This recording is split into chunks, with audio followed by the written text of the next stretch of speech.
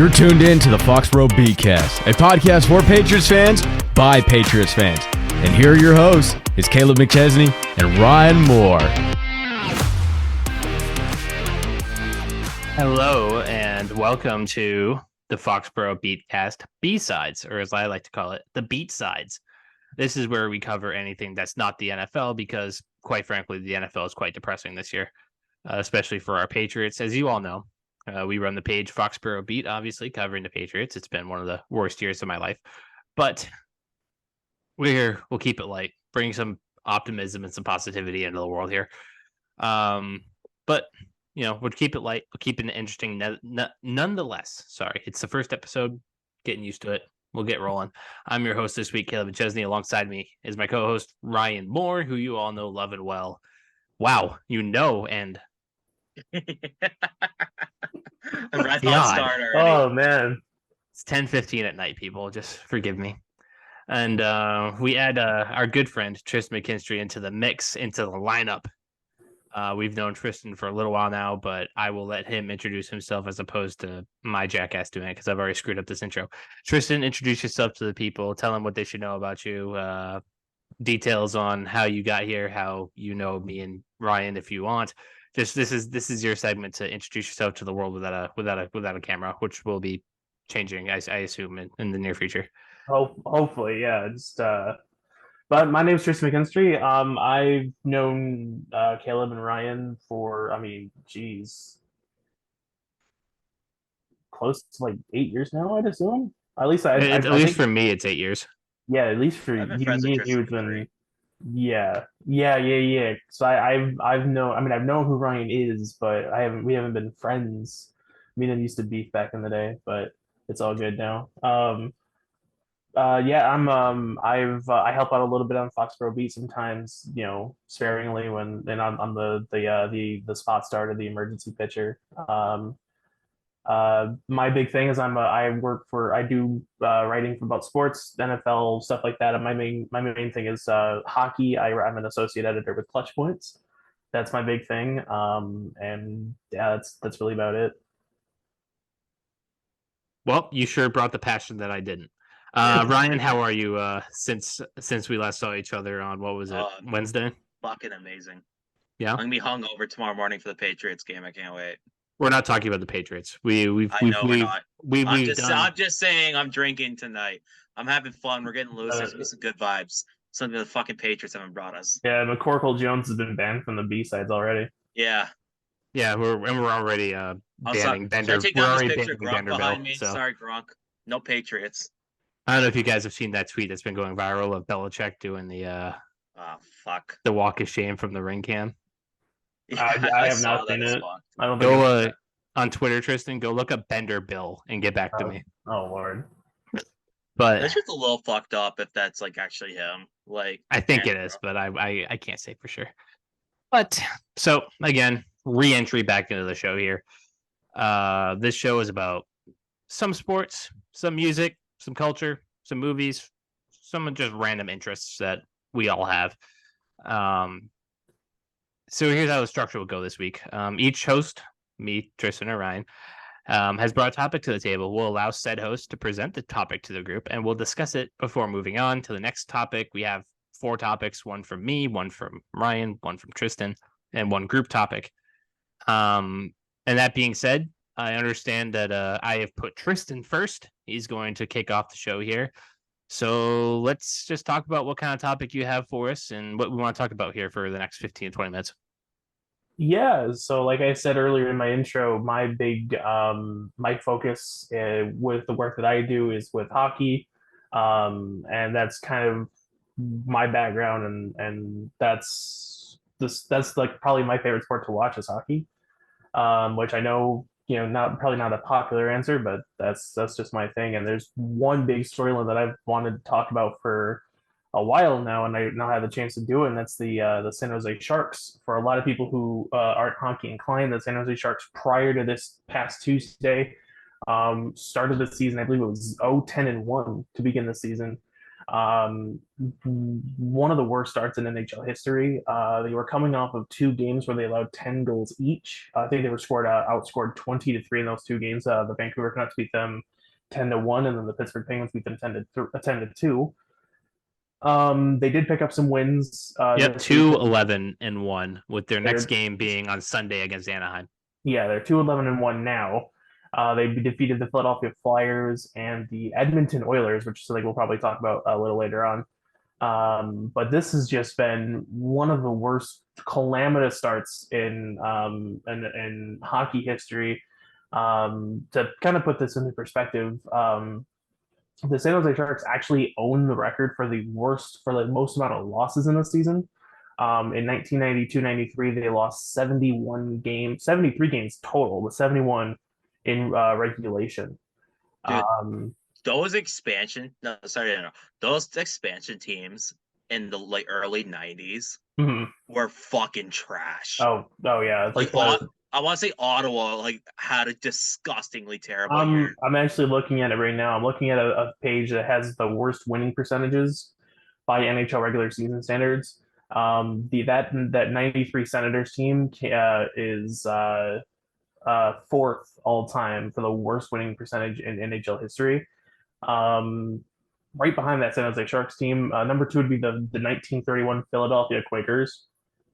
Yeah, I remember that team, man. Which over a 44 game season won 4 games. Yeah, they were not good. They might have just played that one season and quit. I know in the 30s and stuff there was a lot of change from 26 to 42. There was a lot of change in the NHL. Once we got to the 40s, that's when the original 6 with the Red Wings, the Blackhawks, the Rangers, the Canadiens, the Bruins, the Maple Leafs, and all that that original 6 kind of stabilized. The worst winning percentage in NHL history belongs to this 1975 Washington Capitals, which that was a very stinky team. So honestly, just I come because I know that you guys aren't the most hockey inclined, but you guys watch here and there. I just want to know. No, Ryan is definitely hockey inclined. Well, yeah, Ryan's hockey inclined. I wouldn't disrespect him. My apologies. My apologies. I forgot that. Buddy, I didn't watch 81 games of the second last place hockey team. Yeah, I know. Listen, I forgot he was a Maple Leaf for a second. That's my apologies. But I want to know where does this rank among the worst team that you have ever watched in any sport, really? Well, I'll let you go, Ryan. I'll take it first. I'll let Kaleb think of some. I think considering the sport itself, right? Because 82 games, you're going to win some games. It's just the nature of things. So far they're maybe the worst team I've ever seen. It's them or the 2017 Browns or the 07 Lions. I want to say actually in basketball, the Charlotte Bobcats, I think in 2011, 2012. I know which team you're talking about. Yeah, that wasn't that a lockout short season or something? They only won 7 games. They won it was an embarrassingly low number. I'll go find it while you guys are talking. As far as when it comes to hockey though, they're on pace to be the worst. Quite frankly, just the worst. At least of my lifetime, which is from the year 2000 onwards. The 2011 Charlotte Bobcats, 7-59. Holy shit! Do you want me to run through this roster here? Yeah, let's hear it. Yeah. DJ Augustine, Bismack. She's a decent player. Bismack Biyombo, Derek Brown, Decent Matt player. Carroll, Boris Diaw, Desanga Diop, Gerald Henderson, Corey Higgins, Corey Meje, Jamario Moon, Byron Mullins, Eduardo Najera, Tyrus Thomas, Kemba. I think that might have been rookie Kemba. Yeah, I think that was rookie Kemba. DJ White and Reggie Williams. The coach was the head coach was Paul Silas. Terrible. Just oh my god, yeah. One your best player is rookie Kemba Walker. It's crazy that there's 2 Pistons legends on that team. And obviously, that was Paul Silas's last year coaching in the NBA. He hasn't been back. Yeah, I would probably. He actually died. He actually died. Excuse me. Oh. I want to say he's Steven Silas's dad. Steven Silas to coach the Rockets the past couple of years before he got fired for Ime Udoka. I want to say that's his dad. But teams that I remember just being absolutely horrid out the gate. Maybe the Josh Rosen Cardinals. Those were pretty bad. Maybe this year's Patriots. It's certainly up there. Yeah, at least the worst Patriots team of our lifetime by far. Well, that's a really high. That's really a high bar. I should say like worst Patriots team since the Bledsoe years. Yeah. Like, I don't know. I've caught a couple of Sharks games. I think I maybe caught like maybe the 2 wins they've had.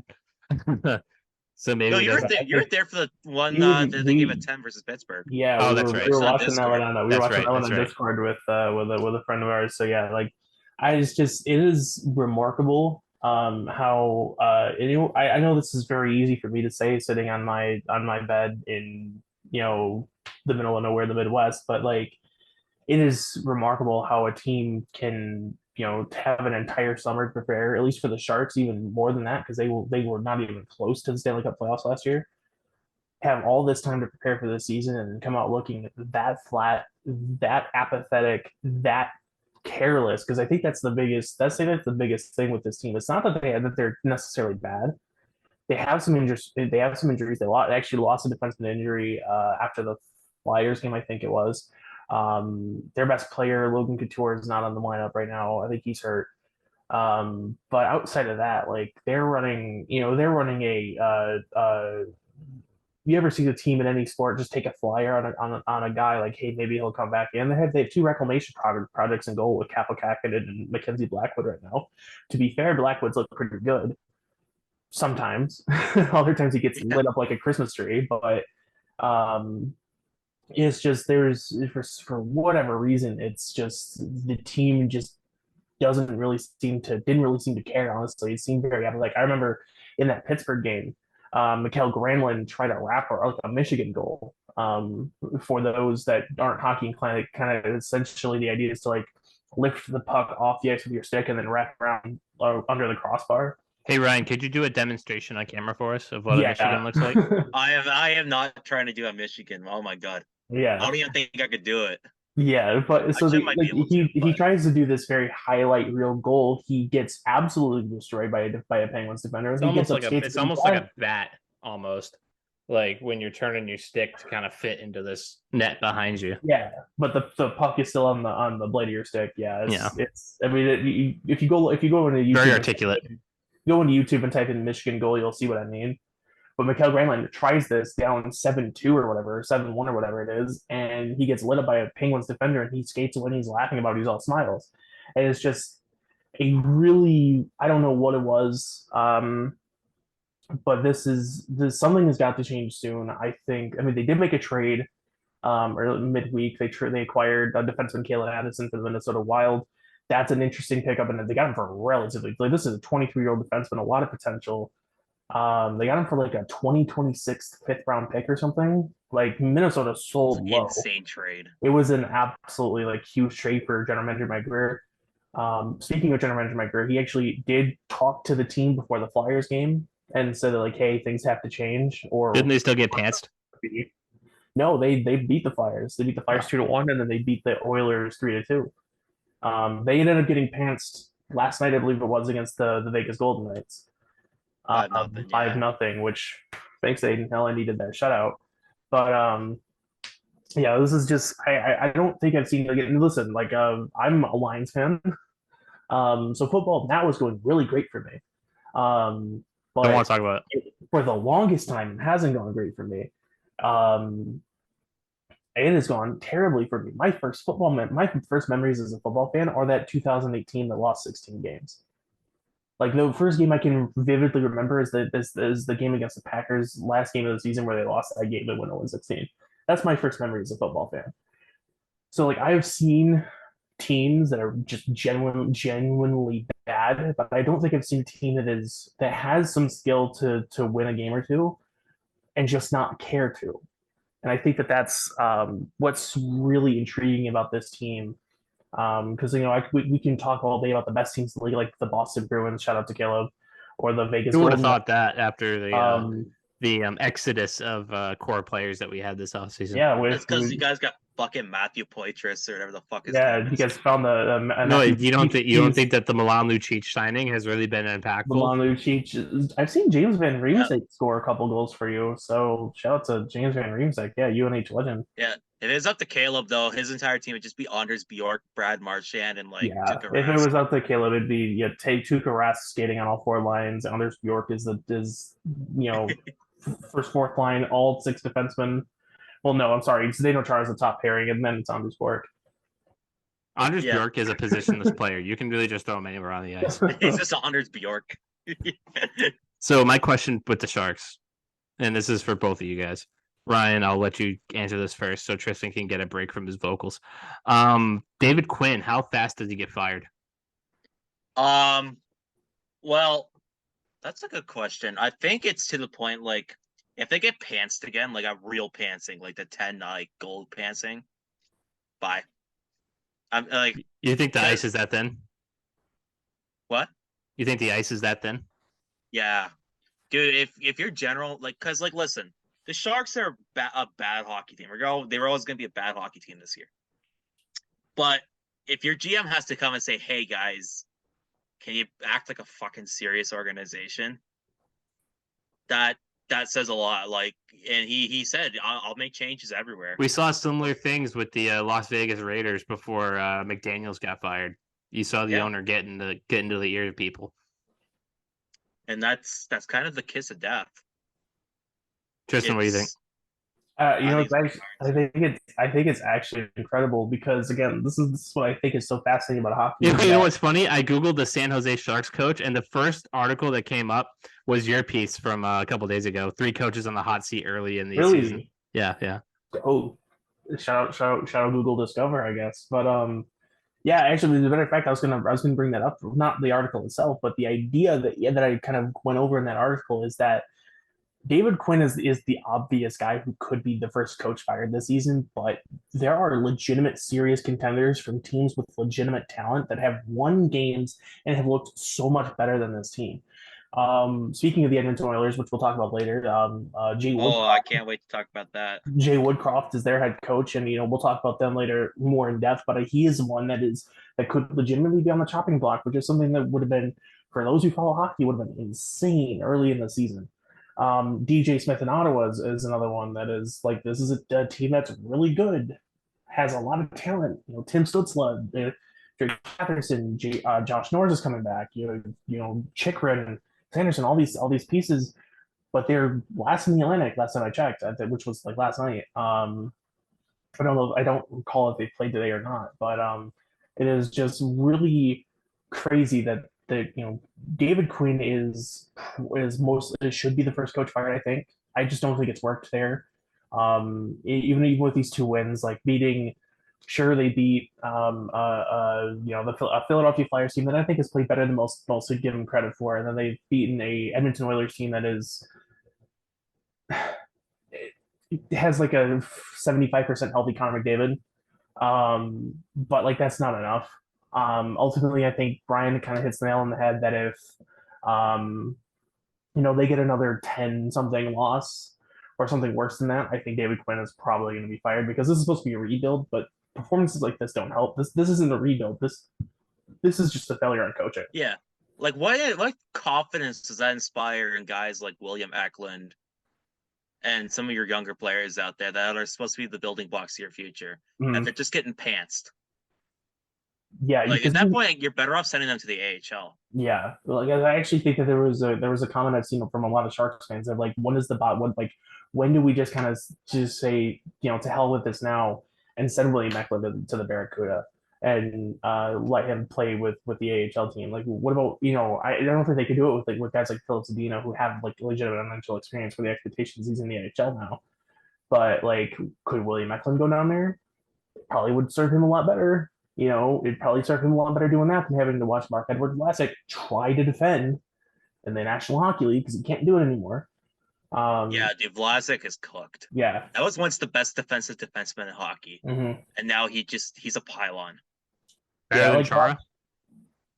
No, Yeah, dude, no. there was a point in time where like Vlasic was like legit like the best like in the world. Like Better than I Chara? mean, I mean, I think it depends because I think Chara's prime and Vlasic's prime were at different points, and maybe I'm confusing here. because Chara's like peak of hockey was like the late I 2000s. mean, I'll say this: I think Chara's prime is better. far and away better than Mark-Edward Vlasic's. But Because Vlasic's like, prime was like 2012, 2013, yeah, 2014 when the I would Sharks were going to the say, cup and deep in the playoffs every year. yeah, I would say probably around there. Like you could make it a case that Mark-Edward Vlasic's probably one of the best shutdown defensemen in the league. Maybe the best. Just But had to throw in my Bruins propaganda, you know. with Char, I mean, I'll say this. I think if we're talking like this 2000s era, from 2000 and now, I think Char is probably the best shutdown defenseman in the league. Like I don't think there's a shutdown defenseman that's better than what Char was doing in his prime. But I mean that's a topic for another day. We can get into that some other time. Yeah, that. Well, we can debate defensemen later. Like, so we actually think this is an argument. I mean, I think Ryan does, just looking at his face and seeing that I do think he disagrees with me, which is fine. But well, I don't disagree with you at all about Chara. Oh, okay. All right. So I was like, Well, man, we're in the first block, and I'm already being an instigator. Listen, if we're going to debate defensemen, I think Bruins fans are going to get very mad at me because I am a massive Bobby Orr hater. But again, we'll get into that another time. I mean, I don't I'm really care about. I'm a massive Charlie McAvoy hater. So Listen, I'm not with Ryan on that. I am not a Charlie McAvoy hater. Well, he's a great player. I just don't like McAvoy. He's bush league. Every hit he throws is just. He doesn't know how to throw a hit, bro. Not without murdering somebody. Maybe that's just like the BU in him. Listen, to be fair, that is Bruins hockey for you. So. I mean, you look at Johnny Beecher. I mean, I'm sure he's a week away from murdering somebody. Listen, the Bruins do not care how you throw the body; they just care that you throw the body. Like, dude, we signed geriatric Milan Lucic. That was the first player we got off the market specifically for that. I'm pretty sure that's literally the reason they traded Tyler Seguin back in, like, what was it, like 2013, 2014? Because he didn't throw the body enough. The breakfast. What was that again? He skipped the breakfast. Oh, was that it? It was like Peter Chiarelli. Like I remember there was like a clip that was going around of like, oh, he relies too much on his skill. Like there were Bruins front office people who were like, yeah, Tyler Seguin relies too much on his skill, so they traded him for, what was it, fucking Louis Eriksson or something? Louis Eriksson, and like I think what Riley Smith was a part of it or something. I'll look it up right quick. Just my banner on Reddit is Tyler Seguin benched for missing the team breakfast. Just that Nesson graphic. I can hear Jack Edwards now. Yeah, he wasn't a good teammate today. He skipped the breakfast, and that's why he's sitting with the owners in the box. Do you want to hear a real Boston Bruin? David Pastrnak. Skip a team breakfast. I just found it on July 14th, 2013, shortly after the Stanley Cup Finals. Seguin was part of a massive 7-player trade that sent him, Rich Peverley, defenseman Ryan Button to the Dallas Stars in exchange for Louis Eriksson, prospects Joe Morrow, Riley Smith, and Matt Frazier. We didn't make out well in that trade. Prior to the trade, rumors had begun to circulate that the Bruins were displeased with Seguin's supposed hard partying lifestyle, particularly when his on-ice performance began to suffer during the playoffs. Yeah, that's why he couldn't make the team breakfast. He was hungover. Yeah. But speaking of breakfast, we are about 10 hours away from breakfast. I don't know why that doesn't make a good transition. I was going to say, like, what was that segue? Boom. My segue is to our next block, which is another hockey block. Oh, yeah, baby. We're staying on the ice tonight, Ryan. I understand that you have something for us, and I would very much like to hear it. Well, when you let a Canadian on the show, he wants to talk about Canada, okay? So we're talking about Canadian hockey tonight and the state of the NHL in Canada. Because it's honestly really fucking fascinating what's going on up there. Because they haven't won a cup since like 1994. Yeah. Well, one, you have the surprise team of the year in the Vancouver Canucks, who everyone thought they were going to be a pile of mid, which justifiably so. If you look at their past, they were a pile of mid. And now all of a sudden they're like fucking, they were 10-2-1. I didn't catch the result tonight's game there. Tristan's got an epic rant about Vancouver back in the bubble. Yeah, last time that we had like I was on any sort of podcast thing, anything like that. That was a huge thing. I don't think Ryan was here for it, but No, it was me, you, and Brian. that was a rant for sure.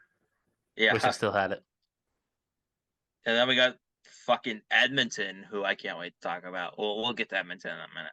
But Edmonton, they are 2-9-1 with the two best players in the world. Ain't that something? The I didn't know Calgary they had Flames Brad are in Marchand. province That's rivals. interesting. The Calgary Flames are also dog shit, and they have one of their better players, Nikita Zadorov, already wanting to get the fuck out, as he has requested a trade in season. The Winnipeg Jets, who occupy Central Canada. No one gives a fuck about Winnipeg, though. Listen, Winnipeg fans, I sympathize with you because no one gives a fuck about my team either. But listen, Pierre-Luc Dubois hasn't been carrying them? what? Pierre-Luc Dubois hasn't been doing them good? Dubois not He even got there anymore. traded. He got traded Oh. he's with the Los Angeles Kings now. Damn. There Yeah, goes fuck LA. me trying to be an instigator when it backfires. They're actually pretty good this year, the Jets. They're 7-4-2. Last I checked. I haven't checked. I haven't updated this. I'm too lazy. Fuck you. But they have the Okay. smallest pro arena.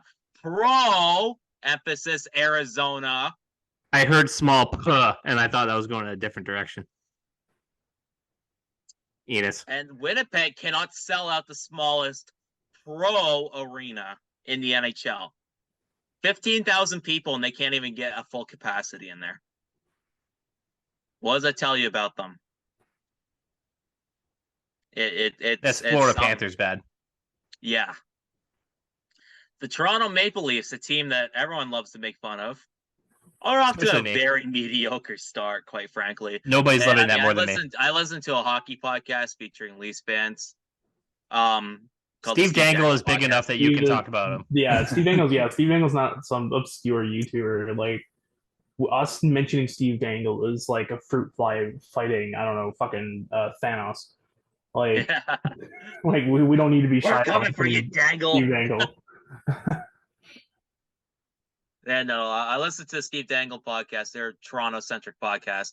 And it appears the summer of Braintree living there, these guys fucking hate the Leafs right now. They hate their favorite team. If you hear Dangle, man, this guy wants So is half the Dangle writing a Toronto. second book, Why I Hate This Team?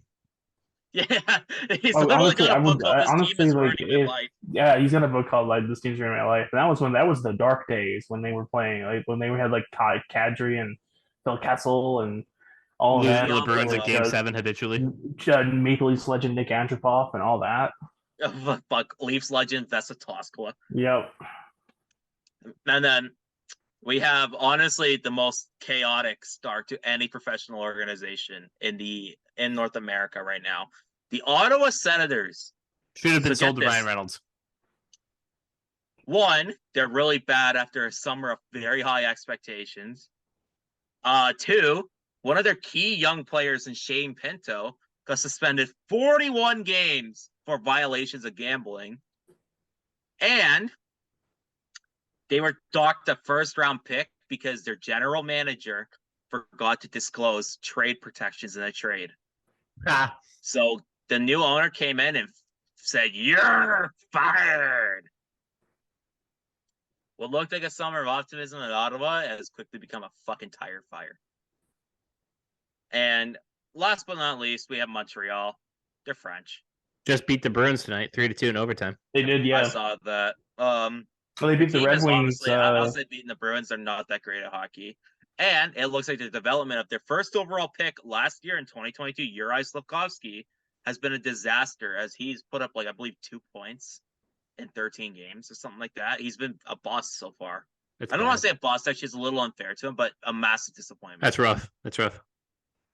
So the question lies, which Canadian team should be pushing the panic button on their season? Is there any hope for the teams with dismal starts? Should Canucks fans be prepared to burn down their city like fucking idiots yet again? Well, let's find out. I'll go to the hockey guy first here, Tristan. Which Canadian team should be pushing the panic button on this season? I'm gonna this one's tough.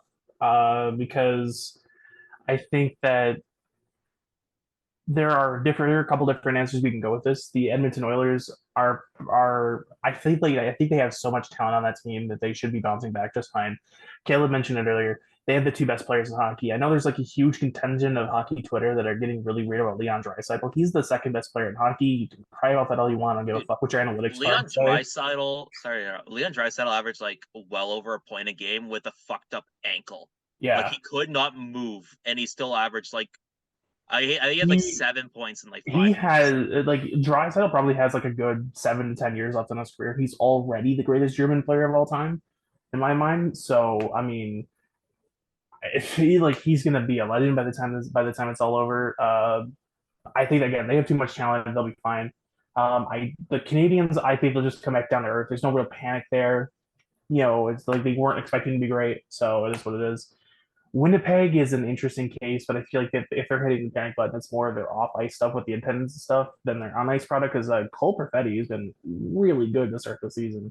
It's not I don't know the extent of his point streak right now, but it's up there. I think that the two biggest contenders, just to kind of condense this down, the two biggest contenders for the we need to hit the panic button are the Ottawa Senators and the Toronto Maple Leafs. The Senators should not be last in this division. They just shouldn't. They have like Tim Stützle scored 90 points last year, and like it's his second full season. Brady Tkachuk is a star. They did have some off season drama with Alex DeBrincat and his not wanting to stay long term and his subsequent trade to Detroit. But I don't think that's enough. You also signed Vladimir Tarasenko, which, to be fair, he has produced points this season, but he only has 3 goals. And you signed him to score goals. So I mean, we'll see. Not good defensively either. So. That is also true. But I think I'm gonna lean more towards the Maple Leafs on this side of the equation because because I was gonna talk about Ottawa. Yeah, I think the Maple Leafs for me, I think are the one that need to be hitting the panic button most because their defense is a train wreck, and that is being so fucking generous. John Klingberg needs to. John Klingberg is probably one of the worst defensemen and I don't mean that in terms of like, oh, he's the worst player to play the position that I've seen. He's just the worst player I've seen try to play defense at that position. He looks like me out there. Yeah, like he can't defend worth a shit. I mean, he honestly, to me, it kind of reminds me a lot of Ryan Suter in the playoffs this past spring. But Ryan Suter's terrible for Dallas. Ryan Suter's old and washed. I can excuse that. Klingberg is like 33 or something. Like he's not. He's like 32, 31. Yeah, he's like in his early 30s. He's not that old, and he's like 2 years ago. He was like one of the best offensive defensemen in the league. But he was gonna get like an 8x8 or something like that. Oh yeah, when he was gonna get an 8x8, decided to hit free agency, signed 1 year in Anaheim. That went to shit. It was traded to Minnesota. Was okay, I guess, and then I think he got a 1 year contract from Toronto or whatever, but. I also think that this is an interesting note, and I'll pass this off once I'm done with this note. William Nylander, the Maple Leafs defeated the Vancouver Canucks tonight 5-2. I think it was 5-2, 5-3. It's 5-2. William Nylander is now on a 15-game point streak, I believe. One of the longest point streaks to start a season. I think the longest it's like 22 games. His next, if he gets to an 18-game point streak, he'll pass Henrik Zetterberg, who started out with 17 like 08-09.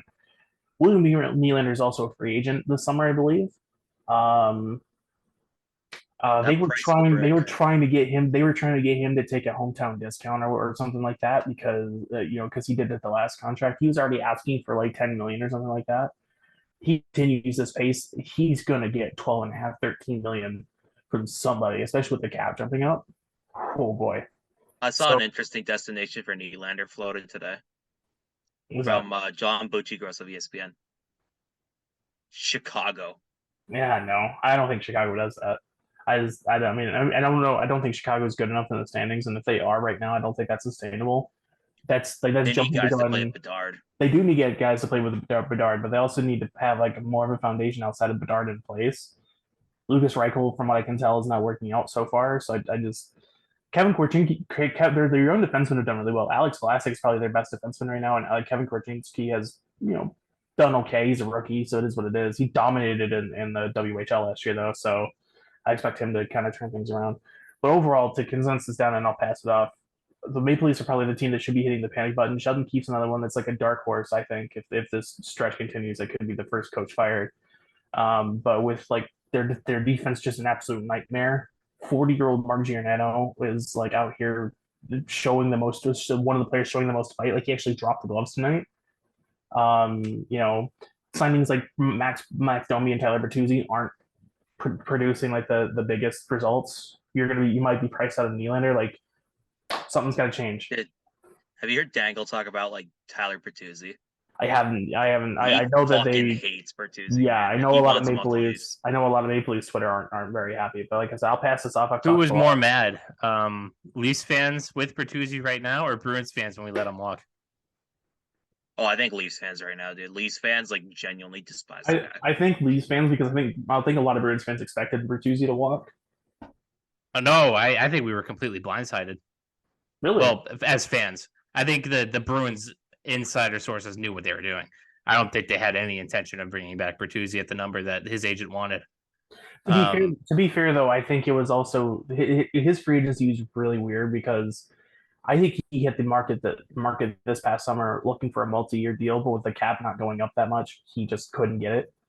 So he just had to kind of settle for a 1-year deal with a team that would give it to him, and Toronto was the team that would give it to him. So, and I think another thing was that I just don't think the Bruins wanted to meet that number. That's also possible. I mean, they just want to give $6 million. But or whatever if the Leafs hate him that much and they're like, blowing it up, come January. I think it'll be sooner. I think so. The Leafs are going to Sweden next week. That's true. I think after that Sweden trip, they're gonna make some big changes. There's a lot of there's like 14 sets in Sweden. I'm just gonna pitch it out there. Don't be shocked if he comes back to Boston.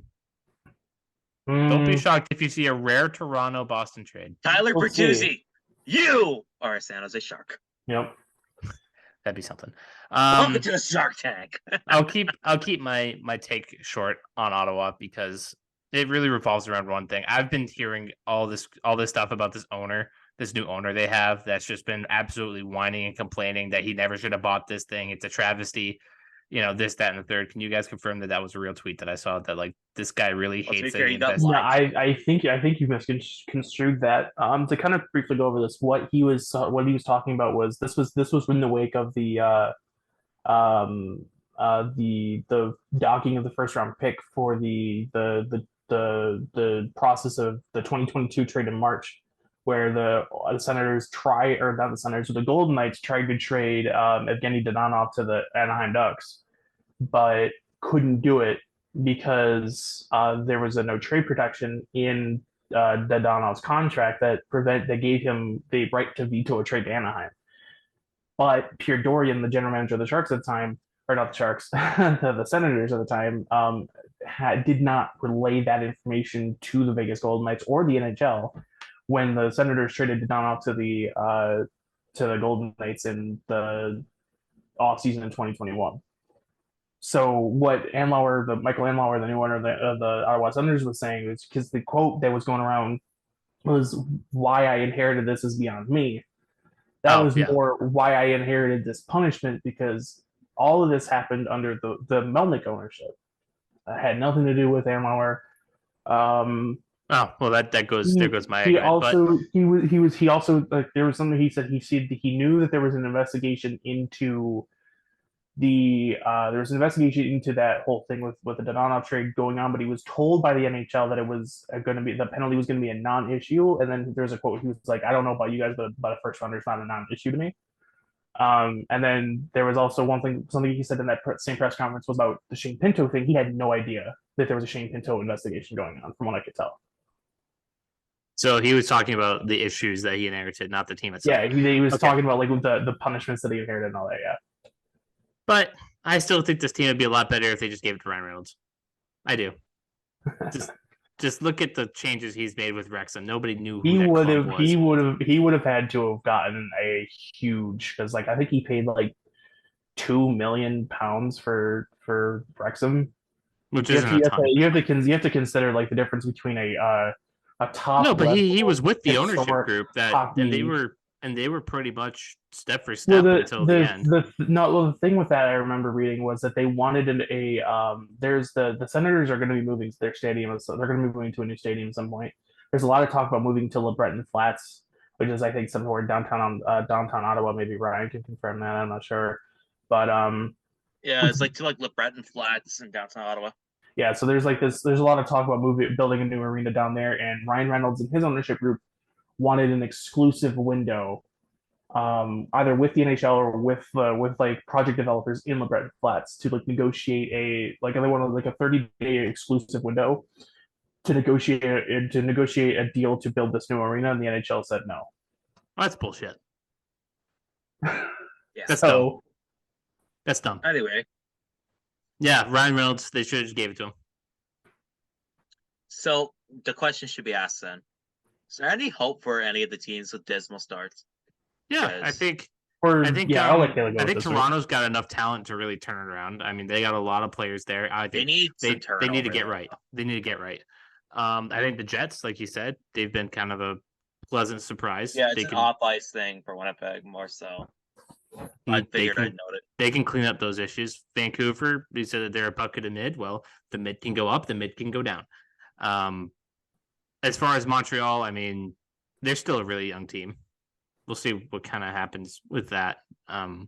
Yeah. As it's for not as for just Ottawa, Nick Suzuki. I don't know. They're kind of a dumpster fire. And Edmonton, when you have the two best players in hockey, anything can happen. Well, the thing is about so as I was gonna say it here. Edmonton is the biggest bucket of confusion I've ever seen. Not even confusion, I should say. Just a what the fuck, man. Like, it's one thing for like I didn't expect the Oilers to win the cup this year because their roster is way too top heavy. But we're seeing McDavid and Draisaitl not necessarily play like mortals, but they're not like backpacking their teams. And we're seeing what happens to the Oilers when they don't have the two best in the world backpack their teams. Their goaltending, man, oh my God. Jack Campbell, who was signed to a 5x5 last year, 5 years, $5 million per, sent to the AHL. Stuart Skinner, he was an all-star last year. He's been pretty mid this year at best. At its very best. Can I interject just briefly here? I promise to keep this briefly. You mentioned Jack Campbell, and I wanted to pull up this quote that I said. I don't know if you've seen that, Ryan. This is a quote from Sportsnet. This is Jack Campbell talking about getting sent down to the AHL. He says, "Pretty tough, not going to lie. I felt like I was playing well, had some confidence, but obviously the numbers weren't good enough." Listen, I've heard a lot about how Jack Campbell. Now I want to look this up right quick because I'm pretty sure that Jack Campbell's not like if I read off Jack Campbell's numbers, you guys are probably even people who aren't hockey heads are probably gonna be like wondering what the hell, where does he get off thinking that he is playing well? Because that is when I saw that quote, my eyes went shot up. Yeah, so he played 5 games in the NHL. He is 1-4 with a 450 goals against average and an 873 save percentage. Anything under 900 is just, what are you doing? Anything under 900 is insane. And to be fair to Jack Campbell real quick, that is not the worst save percentage that I've seen that I've seen this season. If I'm not mistaken, Anton Forsberg with the Senators says an 833. Oh.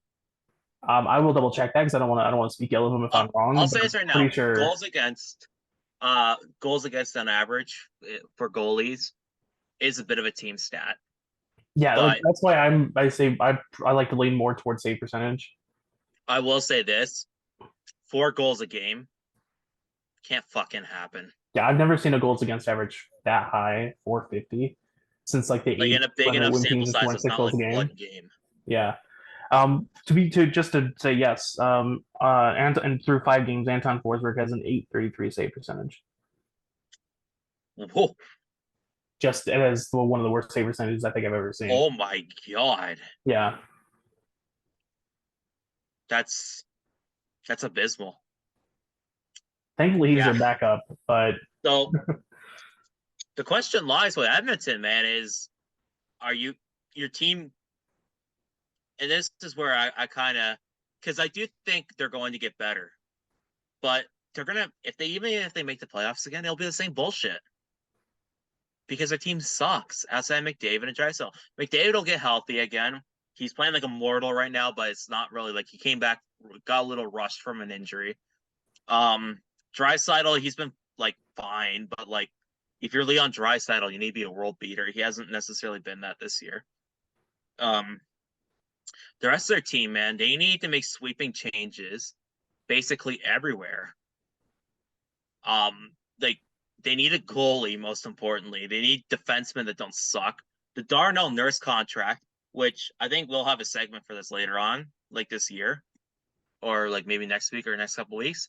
That has to be one of the worst contracts in like sports, like recent sports memory. What's the contract? Darnell Nurse. I only check. It's like 7. You got 7 years or something like that. 9.5 million or some shit like that. Jesus. And he is at best a $4 million a year defenseman at his very best. That's brutal. Yeah. They signed. I think to be fair to them a little bit. I think they signed him to that when he was like 25 or 26. I could be wrong. Don't quote me on that. But I'm pretty sure the idea was that like apparently. Funny enough, I was talking to an Oilers fan last night. They signed him to that because he beat up on the Ottawa Senators in the bubble year. That'd be insane. Let's see. Holy shit! It's worse than I thought.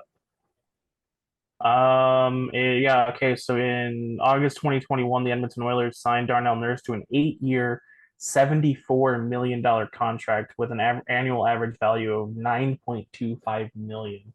Oh. How long are they locked in that? They're in the second year. So they have this. They have the rest of the season. They have the rest of the season. And, holy shit! Hold on one second. It gets worse. Believe it or not. Backloaded. No, it's straight 9.25 the rest of the thing. But what's going on here is that beginning last season and going through until the end of the 2026-2027 season, he has a full no movement clause.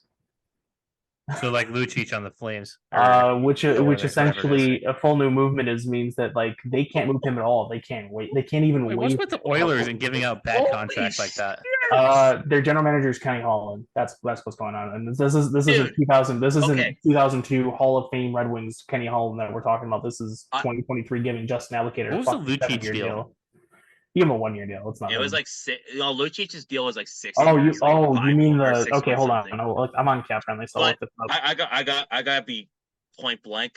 That is the worst contract in sports currently. By the way, just for another quick, from 2027-28 to 2029-30, he still has a no movement clause, but he gets a modified no trade clause, which allows him to submit a 10-team list of teams he can be traded to. Like. That's the worst contract in sports currently. The fact that you can't get out of it. Like, listen, I hate the Jaylen Brown contract that he just recently signed. I just hate Jaylen Brown. Yeah, I know. You hate the Celtics, but the Celtics can get out of that if they need to in the future. And at least I think Jaylen Brown's at least good enough to be worth about 75% of that. Darnell Nurse is not even worth like 50% of that. The Milan Lucic deal that he signed with the Edmonton Oilers back in 2016, the summer of 2016, that was 7 years, $42 million. So if they stuck with that, he wouldn't be a free agent until this year. Well, they did stick with it because the contract never changed. They just traded it to the Calgary Flames. That was a one-for-one deal with James Neal, who also signed like a similarly that summer or summer after.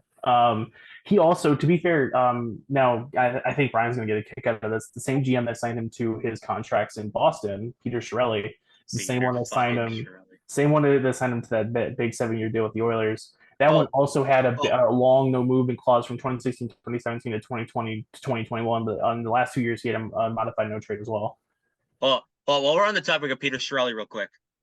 Do you know who was one of the favorites for the Ottawa Senators GM? Peter Chiarelli, yeah. Peter fucking Chiarelli, baby.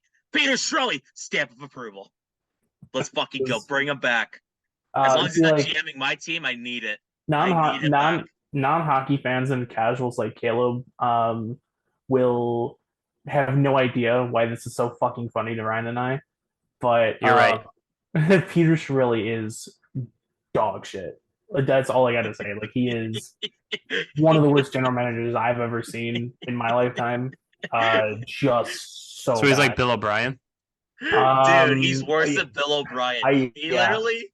He made the DeAndre Hopkins trade on steroids. Quinn Hmm. Trisha. It was No.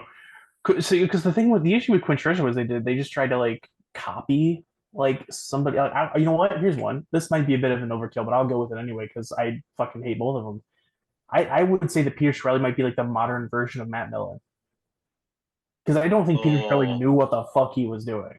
And it's the same thing that Matt Millen, when he told the Lions owner when he was hired, like, I don't know what I'm doing here. And the Lions owner's like, you'll figure it out, like it's fucking Madden or something. Um, like Mike Milbury, another Mike name. Milbury, yeah, that's another one. Bruins legend, by the way, legitimately, kinda. Man, like Dude, honestly, one of these days, I kind of want to do that segment next week. Worst GMs of all time. right? Yeah, that'd be a good one. But Clearly, we don't you need and I another have so much Belichick segment. listen, I'll give Peter Chiarelli credit here because he did win a Stanley Cup for the Bruins, but He was really good in the late 2000s. He just fell off the fucking wagon. Yeah, man. same thing with Kenny Holland. To be fair, who's now the GM of the Edmonton Oilers, to get back on track. Like, dude, Peter Chiarelli in the 2006 draft got both Milan Lucic and Brad Marchand in one draft. Good draft. Solid draft. Yeah. Pretty good. Yeah. And also drafted Phil Kessel as well. Very, very good. Yeah. And then they flipped Kessel. Wish the Patriots could have a draft like that.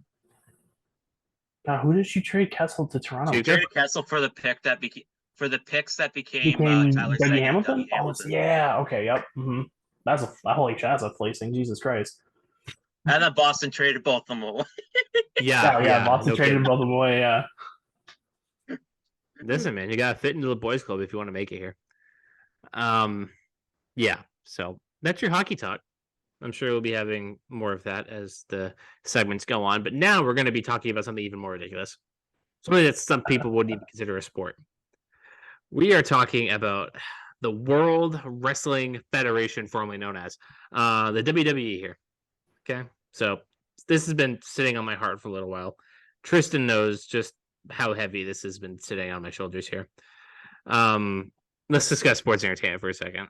WWE, greatest of all time, no debate. I don't want to hear it. John Cena, you can't see me, has once again left the WWE. He returned temporarily while the actors and writers strikes were going on in Hollywood the last couple of months, and he came back and he helped put over stars like LA Knight and got involved in the Bloodline storyline, which, for those of you who aren't familiar with wrestling, it's Roman Reigns, the Usos, kind of probably one of the more dominant factions that we've had in a little while. And this is okay. I can't really confidently say that because I've been watching wrestling for a millisecond now of there was a long break between 2014 and now. But Tristan, you were saying something? Oh, I was gonna say, I was just gonna back you up on that. Probably in recent history, I don't think there's a group in WWE that's been presented as strong as they have been. Yeah, and as we said, or as I was going to say, part of that bloodline, Roman Reigns, WWE champion, undisputed Universal champion, or whatever they're calling it nowadays. I just miss when it was WWE champion, world heavyweight with the spinner and the big shiny gold and the white intercontinental belt. I love those things to death. But he's been champion for over 1,000 days. So what are you gonna do? Another streak that's been annoying me. John Cena hasn't won in 2,000 days. We're dating back to 2018, the last time that Cena has won a match. And I get it. When you get older, you're helping put the other stars over because you dominated for so long. And Cena, a 15-time champion with the other belts and the other accomplishments he's had, he doesn't need it anymore. But this last particular run of Cena's my all-time favorite wrestler, if you couldn't tell. Big Cena fanboy. My Nana can attest to me wearing the Cena merch to school and doing the "You Can't See Me." He's hitting Christian with the 5-knuckle shuffle and the attitude adjustment. I'm well versed in my Cena lore here. Doctor of Thugonomics, hustle, loyalty, respect. But this particular run of Cena is my all-time favorite. It has left a bad taste for me, and let me tell you why. And let's discuss why or if Cena will ever get a farewell match where he actually wins, and maybe if Tristin is so interested, he will talk about some current ongoing in wrestling as a whole, maybe including the CM Punk thing, which is absolutely hilarious. But here's why this whole Cena thing, the latest Cena feud, has really just left me with a poor taste in my mouth. Again, obviously, if you couldn't tell, he lost the pay-per-view called Crown Jewel. They always do this thing in Saudi Arabia, whether you like it or not. We won't discuss too much of the politics of that. So he goes into Crown Jewel. He's, all fired up. He does this promo where he's like, I haven't won in 2,000 days. Maybe it's time for me to hang it up. And all the crowd is cheering. You still got it. Yada, yada, yada. I love that the Cena court of public opinion has really begun to turn around, kind of like Nickelback. A lot of people just didn't care for it for 10, 15 years, but now that they're older, and it's like, oh, well, it's kind of a cool nostalgia there. But yeah, he goes and does this huge promo. Haven't won 2,000 days. I'm gonna give it up, whatever. And he gets amped, and he's gonna turn the math around. And out comes Solo Sikoa, and they do this whole weird feud thing. And we saw a scene at WrestleMania versus Austin Theory, and Tristin, I think you could test that match sucked. Oh, the WrestleMania match with Austin Theory that was god awful. That was bad. That was really bad. Cena tried his best, and Austin Theory just couldn't do it. This match, I thought Cena looked a lot better. He looked good. He really put Solo over, and it worked. Cena it looked like he had a fighting. They teased you a little bit. Everybody knew going into Cena was going to lose because, they've been doing this for 5 years now, with Cena putting people over. But the match was really good. He takes 7 Samoan thumbs to the throat, or whatever they call those those finishing moves there. The spike, that's what it is. It's the spike. And he goes down. He has this emotional moment with the crowd and leaves. And it's just like, you can't do that to me as a fan. You can't tell me that Cena's the greatest of all time and do all this stuff and talk about how, he's going to turn the math around. Like, at some point, it's a diminishing return of values here. It's at some point, people are just not going to care when Cena comes back because they know Cena's going to lose. And that's kind of where we're at. And maybe Cena never comes back after this. But I would love for him to just get one match, maybe make it the first match of the night on WrestleMania, give him the go home, nice farewell versus whoever. Give him Sheamus or something. Sheamus has been doing a lot of last matches lately. And call it a night. And call it a career. Go out on top. I think that'd be great. I think that'd be really something. And something that I think a lot of casual fans would really appreciate, like me, who watch wrestling here and there, and we love the names of our childhood. Obviously, you got that bag of bones Ric Flair doing stuff in AEW. I don't see why that stops, Cena from getting a win. And I get it. You put over the younger talent. You put over the younger guys because you're paying your dues. You paid your dues coming up. You had your run, and now it's time to pay your dues going down. I get it. But can I get a Cena win, Tristin? Can I just have one before he goes? All I want is one. Man, listen, I think I'm pretty sure we've talked about this briefly. A little bit. But I don't see it happening at all. I don't think he comes back at all. I don't. So you think that was done? I think he's done. The writers and actor strikes are over. He's gonna go film Peacemaker 2, which is I'm excited for that. I am too, and he's actually a pretty quality actor. Yeah, he's he I mean, anybody who's seen that Suicide Squad movie that James Gunn made in 2021, he steals the show in that. Peacemaker season 1 was also great, but to me, there's I think there's something that a lot of, for those who have watched wrestling for a long time, but kind of understand that a lot of the wrestlers that are coming out of that late 90s, early 2000s era have this. There's a lot of this idea of giving back to the business. Make a new star on your way out. Help the next generation along. And he's certainly done that. And he's been doing that. I actually looked it up on Cage Match, excluding dark matches and excluding house shows. His last TV win on Raw or SmackDown was, I believe, 2018. March 26, 2018, he defeated Kane in a no disqualification match. And then his last win on pay-per-view was April 27th, 2018. He defeated Triple H at the Greatest Royal Rumble in Saudi Arabia that year. So and he's won tag matches. He won that tag match with LA Knight. And then the dark matches, obviously. I would assume that he won in India. Oh yeah, he's won a lot of dark matches. I didn't check the one in India, but he's won a lot of house show matches and stuff like that. But he's not winning matches on TV or on the pay-per-views, which are where they count. And again, I think that's just the mentality of I need to like Solo Sikoa. I don't think Solo Sikoa would probably be hurt too much from losing to John Cena, but I also don't think that they're like John Cena doesn't benefit. There's no benefit to Cena winning either outside of so like it's just I don't know if I'm using this phrase right, but I guess it'd be the law of equivalent exchange. It's just like Cena benefits more from just losing that match and then fucking up the Hollywood and doing whatever it is and then coming back. I think Solo actually benefits greatly from. And just one last quick point. I don't think that there's a point ever where fans will ever hear that John Cena is coming back and not get excited. I don't think that him losing is going to change that. I think that he is legitimately one of the greatest of all time in terms of maybe. No, I think he's the greatest of all time, hands down. I disagree with that, but again, that's a conversation for another day. I think he is up there. He's a GOAT. He is a Hall of Famer. Maybe not the best in-ring worker, but he is the whole total package. Of course, he's got to be he's an absolute legend in what he's done for WWE and wrestling as a whole. But I don't think that him losing in 2023 is not going to hurt his value. Like people know when they see John Cena, it's a he's not there to win a title. He's not freaking Ric Flair's record. Although to be fair, fuck Ric Flair, I think he should have. He should have. Cena didn't want it. Yeah, they were going to give it to him. Cena didn't want it. Is just. I really think that I think Cena's done. I don't think there'll be a point where he isn't something that like every time if I see John Cena's returning again, I'll get hyped for it. I love John Cena. Even if he's going to lose, like I just want to see John Cena.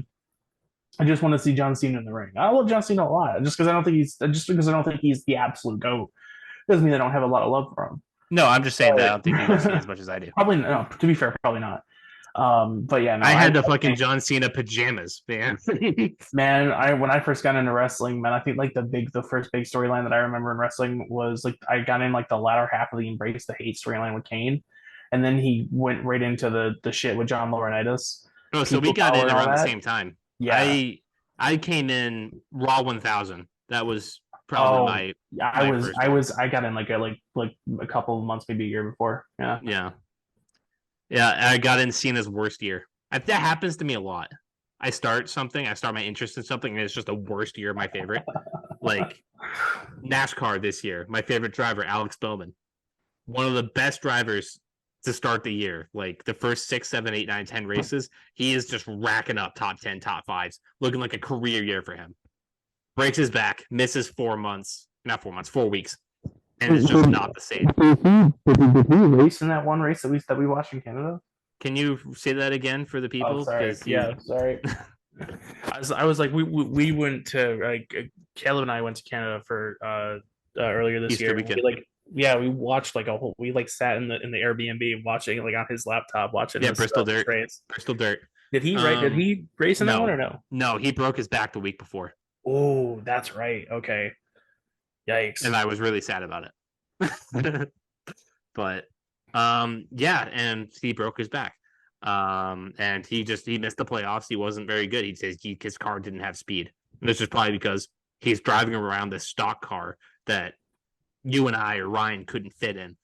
And he's trying to go 200 miles per hour. That hurts.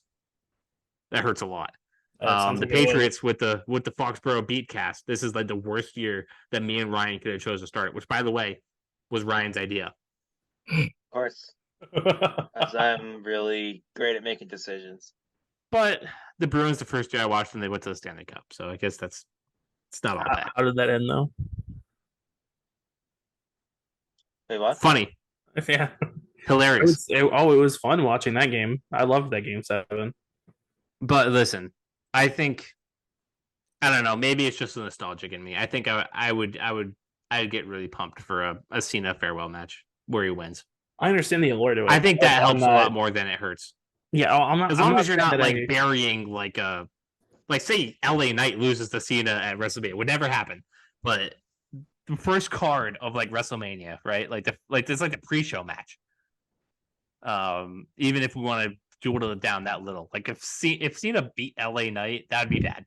That'd be really bad. But if you fed him like Grayson Waller, like just have him do that thing. I don't honestly, I'm not sure. I don't know. Like the Miz? For me, like you have to like feed him like the Miz or something because I think the Miz can take that loss. Although I don't know now because they're gonna try to turn Miz babyface again. Sheamus, like fucking idiots. Like I said. Yeah, I mean Sheamus did Edge's last match, so and Cena and Sheamus have a nice history. I think that would be cool. Yeah, but I think giving Cena a farewell match on even like a Monday Night Raw in Boston, why not? What does it hurt? I'm here for it. Like I understand like the appeal to it. I'm not against. Like I'd rather him do that than just go out on an L to Solo and just never see him. I know. I guess for me, it's just I don't think that Cena operates like that. You're gonna have to like. Yeah, you have to talk him into it. You can talk him into it because I think he like a lot of wrestling veterans are like, oh, got to get back to the business. I got a lot of guys that we're gonna end up seeing retiring here soon. Guys like AJ Styles probably gonna retire in the next couple of years. You know, outside of WWE, guys like Kenny Omega are probably gonna be winding down their careers. Bryan Danielson, Edge, Adam Cole, whatever. Like all these Christian guys probably too. Yeah, all these guys are gonna want to do the whole giving back to the business. So you know they'll make the next big star and. There you go. I'm still convinced Randy Orton's going to be punting people from his wheelchair. I would be down for that. Like he's now instead of taking Cena's dad over the over the railing, it'll be like Cena's kids. Yeah, it's like Cena's great grandchild. Ryan, you got any wrestling thoughts for us that you want to share? Wrestling, yeah, I haven't watched a full wrestling match in a while.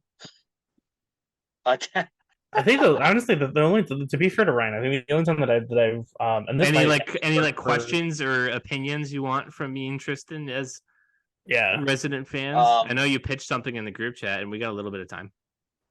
CM Punk coming back. The wind blew left today, so yes. Yeah, okay. The wind blew left at 17.67943 million miles an hour. So, obviously CM Punk is coming back because the guitar string on Cult of Personality at 4 minutes and 2 seconds of that song also blew at 17 point whatever the fuck I said. So yeah, I mean, and if you want my honest opinion on this, I don't think it's happening. Mm-hmm. I don't see it. I know that listen, I know a lot of people on like wrestling Twitter are like jerking themselves up. Oh my god, he posted a comic book panel today. Sorry, Nana. Shut up. Like it's not happening. I can't see I can't see CM Punk coming back. I think he destroyed whatever goodwill he had when he went to AEW and trying to fight Jack Perry and all the stuff with the Elite back in last fall and whatever. I just don't see it. I don't think WWE wants to take that opportunity. I don't know. Maybe he does. I think if they were, they'd have done it by now. Look, I disagree with that because I think that the prime opportunity is going to be Survivor Series later this month because that's in Chicago. But but I feel like it's been too quiet lately. Yeah, that is kind of the stove is not hot. Like I know that CM Punk like I said I was kind of memeing this or kind of mocking this a little earlier, but like I know a lot of fans are like stalking his Instagram story, and like he posted like a comic book panel today of like Doctor Doom and somebody else like shaking hands or whatever, and they're like, oh my god, this means this is an elaborate meeting. He's gonna like make good with all his enemies, and oh my god, he's coming back. Oh my god, these fireworks, and it's just like I just don't see it. You know what I mean? Listen, if he's wrong or if I'm wrong, my bad. If I'm wrong, and he is coming back, then cool. Like, I mean, I like CM Punk the wrestler. I think CM Punk the person. Yes, insofar that it's WWE. Because how long would it take for you to just be like, whatever? It legitimately depends on how they book them. I think it would. I think I'd be cool with like the first pop, and then I'd get annoyed. I think that the intrigue for me is just how does WWE book CM Punk after CM Punk, went on that podcast in 2014, tore them to shreds, spent 7 years basically just saying fuck WWE. I'm never coming back to WWE. Yeah, fuck screw WWE. trips. And then like going to whether WWE will admit this or not, going to their direct American mainstream competitor in AEW, doing some absolutely fantastic work there. His feud with MJF is one of the best feuds I've seen ever. Like that was incredible work from both of them, and really elevated MJF to where he's at now, or at least helped in that process, because MJF has done a lot of that on his own. Um, you know, but I like, how do they book this CM Punk with the history? You know what I mean? Because they have shown with their portrayal of Cody Rhodes that they can book ex AEW stars well. I think Cody Rhodes, I mean, the loss of WrestleMania notwithstanding, but I think I don't want to say that's worked out, but it's done as best as it possibly could. I mean, the only thing that they can do at this point is have him win at WrestleMania 40. Like, if they don't do that, then I think that I just give up. Listen, if they don't have him beat Reigns at WrestleMania 40, he's holding that shit until like 2027. They're going to have him break Hogan's record, which, to be fair, I can see why they'd want that, because fuck Hulk Hogan, but it's stupid long title reigns. Yeah. Yeah, I think I'd be cool with like the first pop, but then I think I just get annoyed. I think it just also depends on like who they're going to have him work with, because like where does he fit in their current model? Does he go straight to the main event? He goes right to Seth Rollins. Like, does he go straight to Seth Rollins? I don't think I'd want to see that, because Damian Priest has been holding the Money in the Bank briefcase since like what, July? Too goddamn long. Yeah. And Sami Zayn came and stole it like a cartoon character. Yeah, I think they need to put it on either Damian Priest, or they need to put the title on Gunther. L.A. Knight. Or, I mean, hey, LA Knight would be fine too. I don't know how you work that feud, because both of them are good guys at this point. But I mean, I guess Rollins could just go back to being a bad guy. He's teetering. He's teetering. He's not really a good guy, but he's like the fan favorite. Yeah, I think him and Cody Rhodes work out well. But we're pushing towards about an hour here. Let's get into our deep block and we'll call it a night. Sound good? Yep, sounds good to me. Ryan? Yeah, let's do it. All right, just try to look more like energized, please.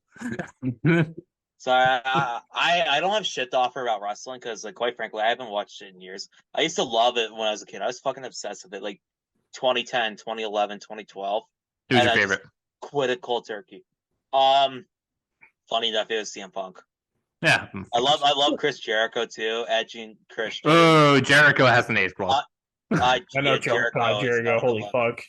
Man, honestly, they had a thing in like 2021 where he was supposed to face MJF at a pay-per-view, and like if he lost, he should retire. They should have just had MJF squash him in like 3 minutes.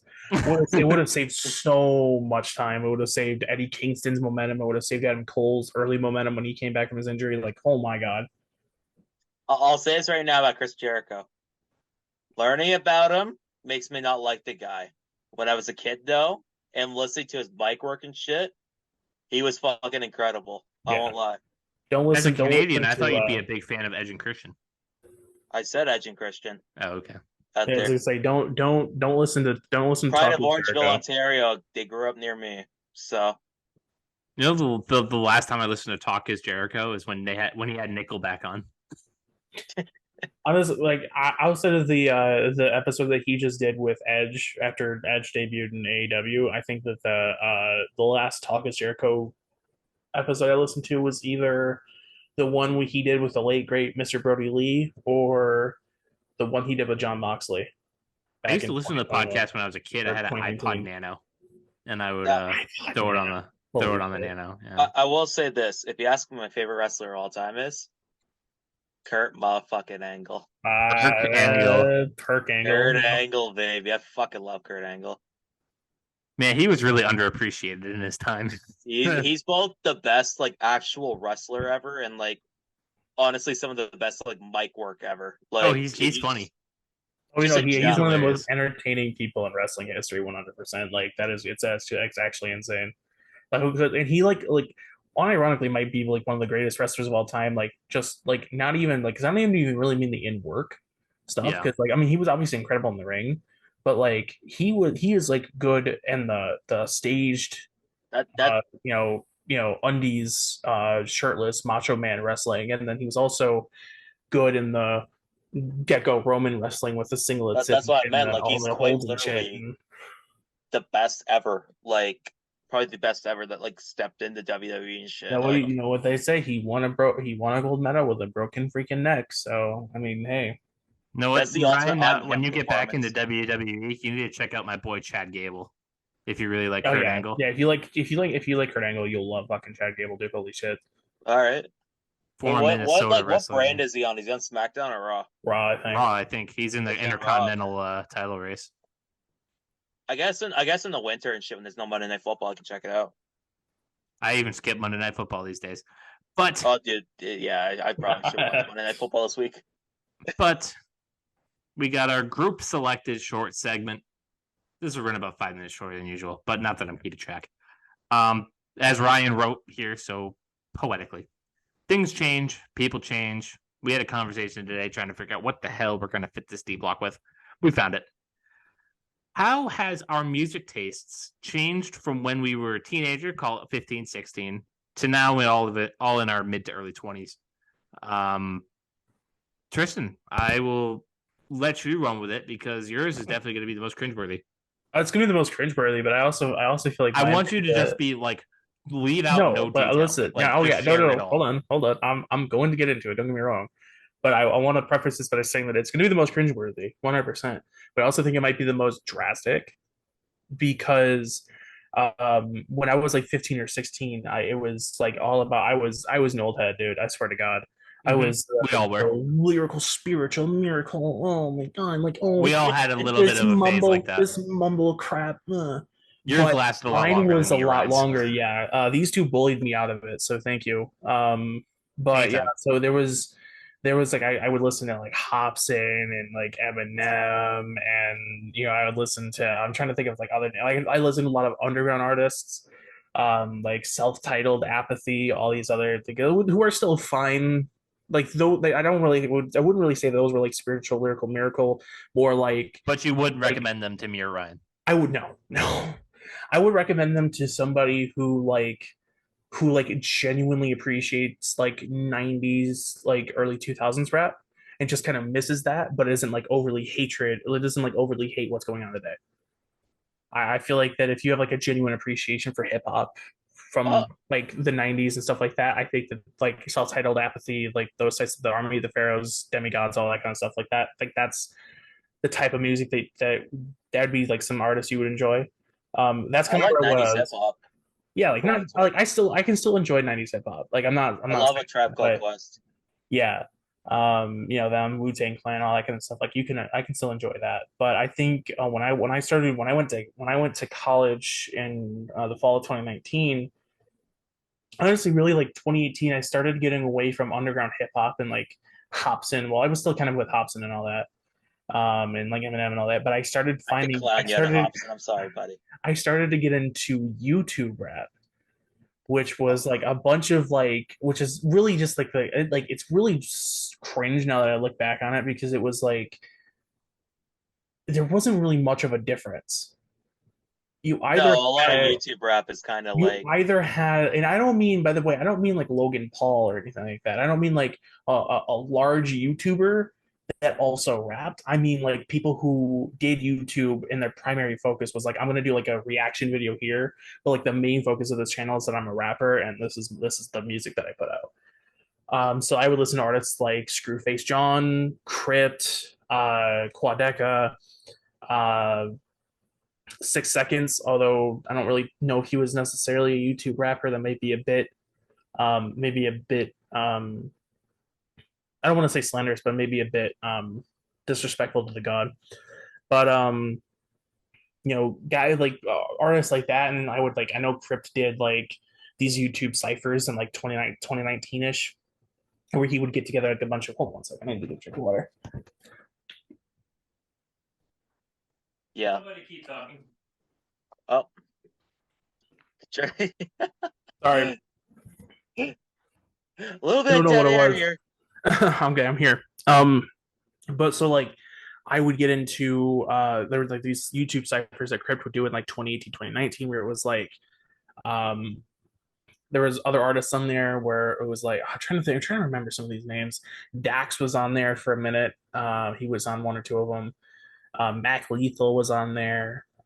Jesus Christ. Yeah. To be fair, I didn't like every single artist on these, but I would listen to these ciphers. And like this is real hip hop. Yeah. Um, but then once I got to college, I got through. It's not even really college. It was mostly through COVID. Like when COVID first started, I just kind of found myself. I mean, with the help of Kaleb and Ryan, because they're great friends like that. I stopped listening to Hobson. Oh fuck! I'm so Um, thankful.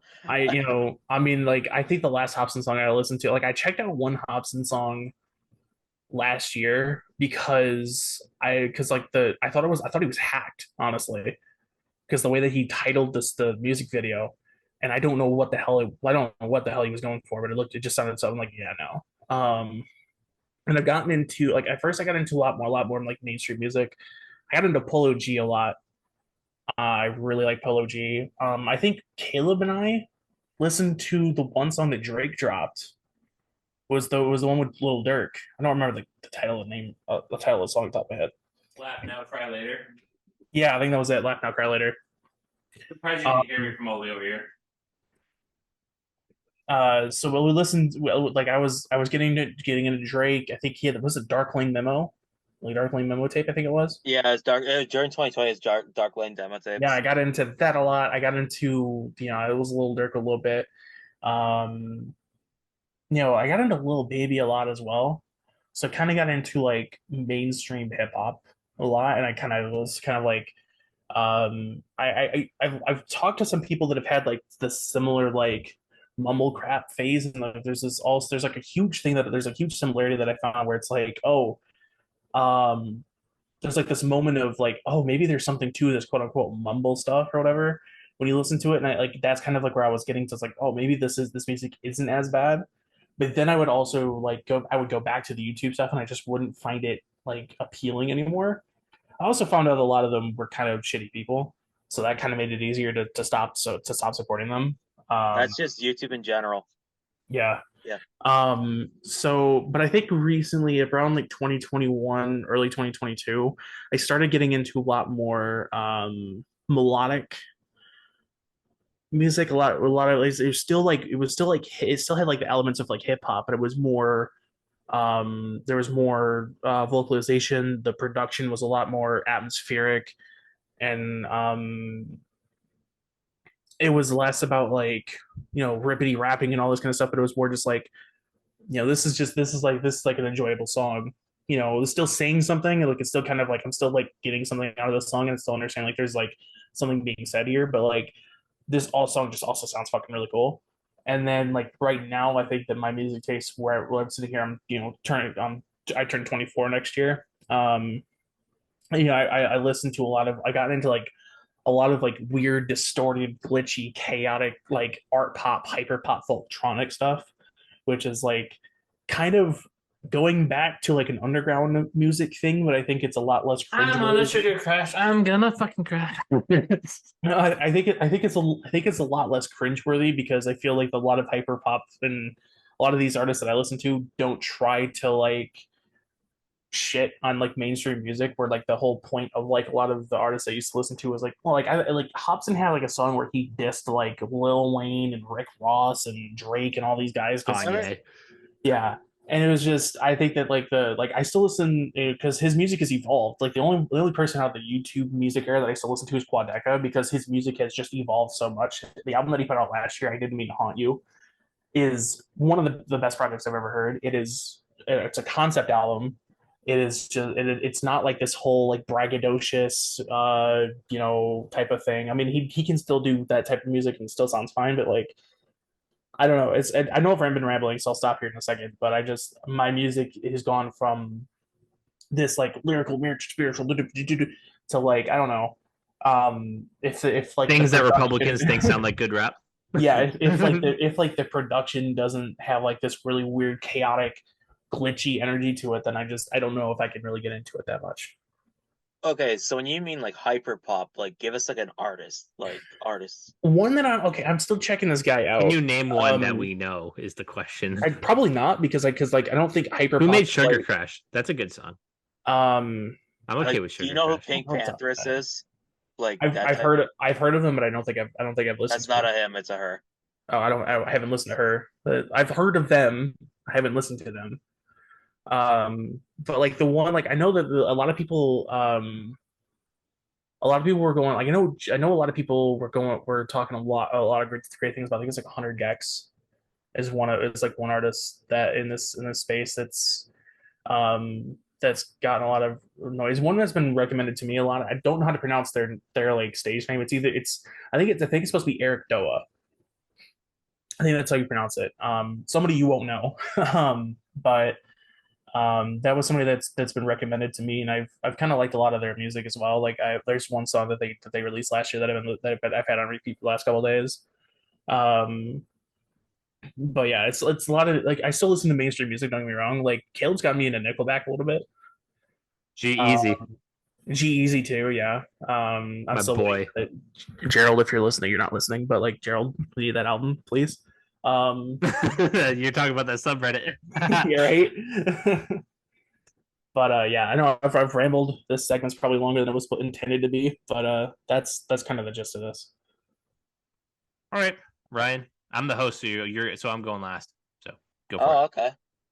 Well, let's see. I had a lot of the cringy shit too, and like as a teenager, right? It was like Definitely, I need to I definitely didn't help that influence. no, it was awful. Listen to like fucking people like Eminem, who I'll go on a little bit of a like rant about later. Probably end up in one of his fucking diss songs. He's gonna diss a fucking 22-year-old. Really sick stuff. You're fucking 51, buddy. I used to listen to like all these like kind of like Tristan is like I need lyrics in my songs. They need to be hard lyrics. I need to listen to this guy rap. He needs to be all lyrical, spiritual. Yeah. That type of shit. That sounds like a fucking Elmer Fudd. And so I went from that kind of like shit and like guys like Logic and stuff like that. Who I still like Logic. I mean, Logic still he puts had up some Logic moments thoughts, where, yeah. man, he really. I thought he jumped the shark and then he came back pretty strong. And then I haven't listened to his last album. Everybody, so- people. Yeah.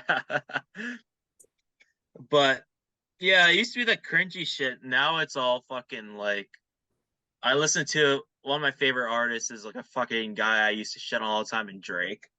Like I always tried to be like against like the whole grain because I grew up near Toronto, so like the whole Toronto sound type shit, like the atmosphere. It's a lot of it's very atmospheric, kind of like R&B type sound. I always hated that growing up because I always felt like I wanted to be different than anyone else because I was a fucking loser like that. Want to be manly, Yeah. real And alpha. now like all I listen to is like literally like R&B atmospheric shit. Like, Aren't you glad that Andrew Tate wasn't around when we were kids? oh fuck me, I would have fired. Okay, yeah, that would have been terrible. Dude, a whole generation of boys are just ruined, but that's Yeah. a topic for a That's different topic day. another day. But yeah, literally like my entire music taste has evolved from shit I used to think would be pussy. I would call myself a pussy for listening to it. To stuff I'm like, this stuff is so fucking good, man. Like, So let's list off some artists here. Let me hear them. Well, an artist I hated my entire life up until a few years ago is Justin Bieber. Mm-hmm. He makes some fucking great music. Got some And jams. Bieber's good, people, just like Nickelback. And listen, I don't listen to Nickelback all the time. I will say Nickelback's a good band, though. There. I never argued against it. I just said never listened to it, Caleb. So, Now you need to go listen to their latest album. probably not. Come on. You promised me you'd do it when you mowed the lawn. I don't think you ever did it. No, I did not. So you owe me. Instead, I was listening to just angry ass like rap. I was just listening to fucking like, oh yeah, the mumble rap shit, the quote unquote mumble rap shit, was just like people like Young Thug and all that stuff. I was like, these guys suck and like Future. And now if I'm listening to rap, it's them. Oh God, I have like a really like I meant to mention this, but like I was so deep in the mumble lyrical spiritual miracle stuff that like y'all remember when Eminem dropped Kamikaze, right? Oh God. God, Right, that's okay, an hold album. on. I honestly This think is that Eminem and with the Marshall Mathers LP, that's aged better than Kamikaze did.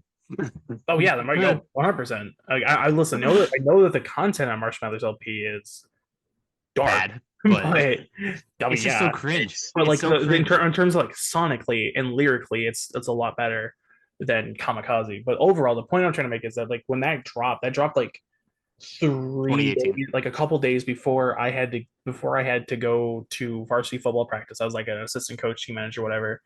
So I walked to practice the whole 3 miles, and I spent like there was like a whole day. There was a kid on our team that was a huge Young Thug fan, and we really got into like a bag. We cut like every chance that we got when he wasn't like in taking reps. So me and him would sit there and talk about how I don't know, Kamikaze shits all over Young Thug, like a Young Thug, and Young Thug's music is trash. And he's like, Young Thug is like the best artist ever. He's like teaching kids a new language and all this type of shit. So we had like this whole back and That forth had for to a have been a day. shit post. It was no, I wasn't shitposting. I was like 100%. No, he was shit He posting. no, because like I remember like I remember like one time he picked me up for like a like with like a team dinner. So like I didn't have like a car, so he like gave me a ride, and it was like all we listened to on the way there was fucking Young Thug. And I'm like, Had to okay, have been screwing with you. he's really into the Young Thug. You know what? He Maybe, had to be screwing with you. maybe they were. You know, I wouldn't put it past him, but Like with my dad, like my dad notoriously hates Nickelback. And if you guys don't know me, my favorite band is, can you guys say it with me? Nickelback. Yes. So anytime Daughtry. my dad's in the car, I do love me some Daughtry, believe it or not. Love me some Daughtry. Puddle of Mud. Puddle. You know, I'm not even gonna lie. I had no idea what Puddle of Mud was until that. I thought it Thanks was. for reminding me that I still have to do that. I thought I Um, thought Puddle of Mud was like the name of an album, and then I had to look it up, and I'm like, no, it's a band. Okay. They have their first album. It was butt rock, but it was pretty solid. I mean, there's two songs there that everybody knows. You got Blurry, and you got She Fucking Hates Me. Yeah, my parents like that song. I'm like, it's kind of cringe. It's a look. It's fun. It's a fun cringe. But yeah. So I guess it's my turn. Sorry, so Ryan. Just didn't even give me a chance to rap. Yeah, no, it up, let though. That's Ryan shit on Eminem. Ryan finish because I interrupted him. I know I've been talking a lot today, but Okay. I you're used to hosting the listen show to next Eminem. week, Tristan. yeah, I'm down. I used to listen to Eminem like damn near religiously in high school and shit. Cold I just wind say blows. I don't think I've listened to a full Eminem song in like 3 or 4 years. Damn, 3-4 years clean. Yeah, dude, and I'm How do so you? fucking glad. His music is fucking cringe. His shit's not that good. I'm sorry. We did name one album that has aged very well. Yeah, the Eminem Show, which is actually a great album. Fantastic. The rest of his albums are fucking cringe. It's just him trying to be as edgy as possible. It's hard to listen to in 2023. Under dog shit beats where he just raps as fast as possible. Like, it's ass. It's fucking ass. And I all don't this feel it. talk I don't about, feel as like, strong as Ryan does, but Yeah. I do understand. To be fair, I don't think Like- he's sort of trying to rap as fast as possible until Revival. Yeah, because that was all he could do. He tried Yeah. to make like this mature, sonic, like well produced sound, and it fell Yeah, 'cause flat. he And he's did like, have, you know like- what? Screw it. Yeah, he did have like some of those like when he slows it down. Like I still don't think he's like terrible. Like that's so like the I one just song think off I don't think he Revival. likes doing it. Yeah, like the one song off Revival that I can actually go back to is Framed. Because like that's just like a fun horrorcore type of well, not really horrorcore because horrorcore rappers have something wrong with their fucking heads. But Looking at you, bizarre. bizarre. if you listen to horrorcore songs, man, you got like you Get should checked probably out. put on the watch list. Get Yeah. checked out. But yeah, and I gotta say this whole like, oh my god, man, no rapper can fuck with Eminem. He'll diss them and all this shit. That shit's so fucking corny. It is, yeah. Like, It's actually kinda he's crazy. older than my mom. Listen, I will say this. I don't think I ever got that far into it because like I remember in 2018, like after he dropped that wasn't after he dropped Kamikaze. It was after he dropped the Chloraseptic remix.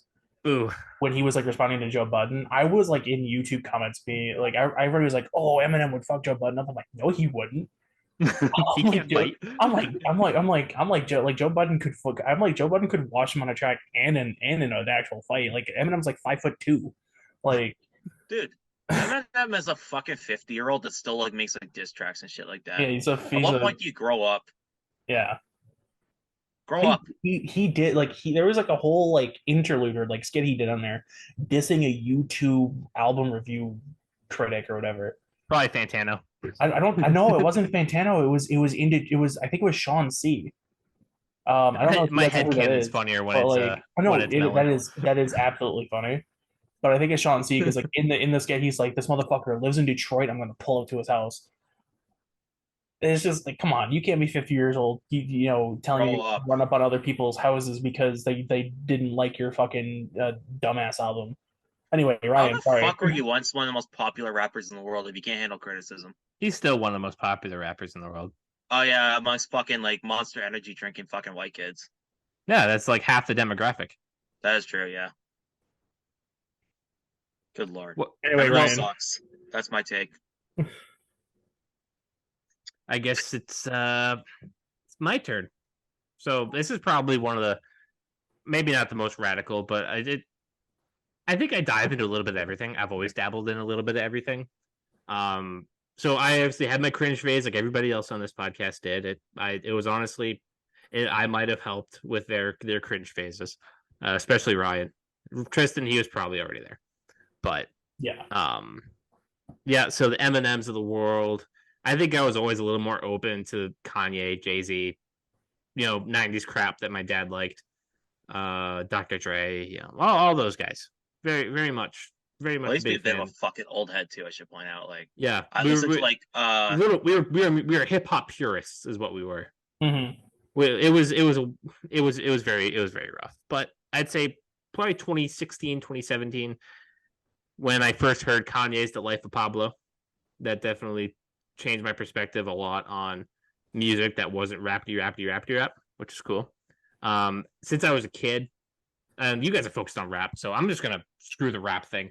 I was always a big fan of the era that was early 2000s rock music, and that went from the Green Days of the world to Linkin Park to Nickelback. Those are really my big three, and they really cover like the three big genres of rock music back then. You had Nickelback, which was that post grunge kind of sound. You got bands like Stained in there, Daughtry, that kind of sound. You guys know what I'm talking about. The stuff that was made for the radio. Then you had your punk music. When you get off from Green Day, it's Blink 182, Sum 41. shout out Ajax, Ontario, Sum 41. Yeah, they're coming out with their final farewell album. Doing a farewell tour too. Legends. Trying to think of other punk bands that were really good back in the day. Wish Travis was here; he could help me out. And then with Linkin Park, that's really your experimental stuff. Linkin Park, you got your rap and your rap and your rock mix. And I was always dabbling in country music too.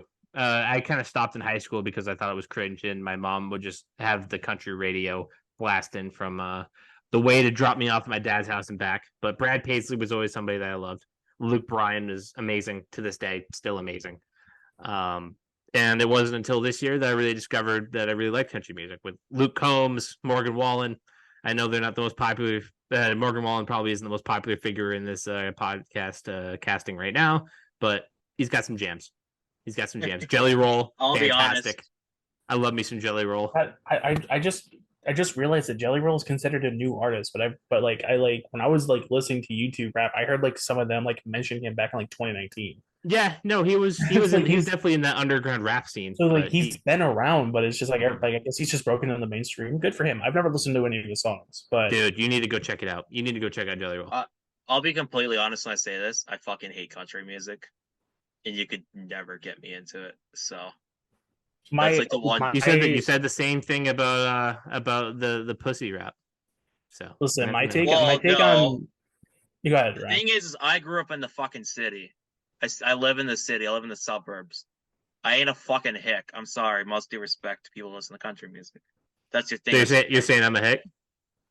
You live in Bumblefuck, Massachusetts. You kind of are. And I grew up in Bumblefuck, New Hampshire. Yeah. Nothing wrong. Listen, if you like country music, nothing wrong with that. It just ain't for me. It will never be for me. Listen, I my grew up take in the on city. my take on country music isn't that it's bad because I don't know. I haven't listened to it since my grandmother passed away in like 2014, and I just can't go back to it because like every time I go back to it, it kind of makes me just think of her. So like it's just really hard. Like there are a couple songs I can go back to and like it's like a kind of a song but they have to be like meme songs like Red Solo Cup by Toby Keith. Oh, What about fuck, that's what about hilarious. Am I the Only One by Aaron Lewis? Fuck you. Uh, I No, love honestly, you, Red Solo. What's up, outside body of like a back road? but Fucking outside of a Red Solo Cup, like I the only one I can like consistently go back to is Trace Atkins. He was my favorite country music artist when I was listening to country music when I was younger with my grandmother. Like I remember Honky Tonk, but don't get don't was playing of course, a every fucking morning 6-year-old would love that. Yeah. on the way to school. Like a little 8-year-old me is or however old I wasn't, like second or third grade, going to school. Like I didn't know what the fuck that meant, but I know it Nope. sounded good. It's kind of like I like big butts and I cannot lie. Yeah, And that then was I a got favorite in. of mine. It was those like the one I it was like country music or Daughtry. That was like my early childhood music taste. Oh Jesus! On that trip, I fucking flooded you guys with Daughtry and Stained and. Oh yeah, no, you had like a ton of different like other Daughtry, Stain. I had a lot of good I music on that started. playlist. I There did, was some Hoodie Allen there too. I remember dude. that. Who doesn't love some There was Woody Allen? I think there's like one Hoodie Allen. Like I asked you what the like I think there's like one Hoodie Allen song I listened to and it was like, hey Caleb, what song is that? Never went and listened to it, but I remember what like song was it? I don't remember. I don't this. remember. I don't remember. That was almost 7 months That was ago. Now. almost a year ago. It's almost been 7 months. Probably closer to 7 months. Yeah, we were like driving on Easter Day at least listening to that shit. So Yeah, that was a long fucking drive. Yeah, so country music, I refound that love for that, and I think it's to be taken seriously now. It was kind of a joke growing up. You didn't have a lot of great artists when I was a kid, but Brad Paisley was somebody that stuck in mind because he did the Car soundtrack, if you guys would remember that. Lots of did he really? lots of songs on Cars. Yeah. Oh wow, I didn't know that. And I know who Brad Paisley is, but and he's got some funny tracks like Alcohol. I think Ryan would really enjoy that. Like some an alcoholic. Yes. Okay. Yeah, so I've always enjoyed rock music, and that's always been the case. I still love Nickelback. I've discovered a lot of bands. I've kind of discovered some like weird kind of alt metal kind of punk meat bands. Like Knuckle Puck is one that I've discovered that I really enjoy. Alex Bowman, my favorite race car driver, has a playlist on Spotify that I used that put me onto a lot of different things. But nope, music has always been something that I play in the car. I'm very articulate and very passionate about his music. Yes, I am very passionate about my music taste. And I'm very passionate about my R&B. I won't blame you. And it's really not like purist at all because I'm just a guy who loves like just something that can sound good and I can listen to and sing along to and feel great about. I don't need anything extra. I never really needed anything extra about it, which is why Nickelback is my favorite band. They're fun. They got a lot of fun tracks. Everybody has a track by Nickelback that they love. Like I know I'm going to get laughed at by these two, but like I swear I'm not as like I used to be like really hardcore with my music taste where I was like, no, you guys. Oh, you were such I a was so pest. bad. I was so bad with it. Nowadays, you called me a mouth breather like, for saying I just want songs that sound good. Wait, no. To be fair, I didn't say you were a mouth breather. I said your opinion was like that of a mouth breather. To be fair, but it's the same thing. That is it's like relatively the same thing. I would get like so bad about that. But like nowadays, I honestly my thing is that I don't really care that much anymore. I just for me it's like I listen to what I listen to. You know, they'll think I'm cringe for it, but that's and fine. we'll tell you. Listen, they can be wrong, and I'm gonna be okay listening to my weird scare the hose music. It's fine. As Ryan but so real articulately quick, put it. I actually do have a question for Caleb because I've heard you and Travis use this term, and I don't know what the fuck it means. I thought you guys were like saying this shit just out of your ass one day. What is butt rock? So butt rock is the same thing as like divorced dad rock. So think about like that weird kind of like it's really hard to explain, but if I can put it into a song for you, a playlist, might you say, you'd find songs like Figured You Out by Nickelback on there. You'd find She Hates Me by Puddle of Mud on there. You'd find Paralyzer by Seether. You'd find Hinder. It's a very like niche. It's that 2000s post grunge sound that was just kind of made for radio, and it says some weird stuff. Okay, it's stuff that dads find funny. yeah, because like I remember like one time we were talking, it was like me, you, and our mutual friend Travis were on Discord, and you guys were talking about butt rock, and I thought you guys were just like using a term that you made up, and then I heard we didn't make it up, but it it. is a term. It is a made up. I heard Fantano use it in a review one time. I'm like, what the fuck? This is a thing. Yeah, so go Google butt rock in your free time and see what comes up. I was just curious because like I didn't know. I thought you guys were just you were like, oh, I honestly thought it was a derogatory term. I thought you guys were talking. It is a derogatory term, but we repurposed it. Limp Bizkit, that's a perfect butt rock band. They started out as like rock rap. They're like Linkin Park, but they do everything worse. But all right, we've hit hour and a half here. I think this is where we wrap it up here for the week. Tristin, thanks for joining. Ryan, thanks for joining. Any final words, thoughts, questions, concerns before we move on to football season in 9 hours? Go Lions. Yeah, my final thoughts is that Eminem retire. Listen to the type of music you listen to, except for horrorcore or anything problematic. Listen to the type of music you listen to. Don't listen to host scaring shit. Yeah, well, okay, no, listen to host scaring shit, but like just be self-aware about it. Okay? Don't play host scaring shit in front of the host. I'm aware that the music I listen to is probably scaring the hose, but I don't care. It's fine. Like I'm okay with that because I like the music. Don't listen to I don't know. If you're listening to Hobson in 2023, go to the doctor. Please change and grow as a person. Go to the doctor, tell them that there's something wrong with you, and just listen. Go to the doctor, call up your local doctor's office and say, "Listen, I just checked out the new Hobson song. Ambulance will be right there on the way. You should be good." And that hopefully actually no, it's America, it won't be covered, but still. All right. That's been the BeatSides, everybody. Thank you for watching. Yeah. Like and subscribe, share with your friends. We'll be back next week, maybe with a guest. Maybe. You've been listening to the BeatSides. Thank you for watching. Thanks for tuning in to this edition of the Foxboro BeatCast. Make sure you like and subscribe and follow us on Facebook and Instagram.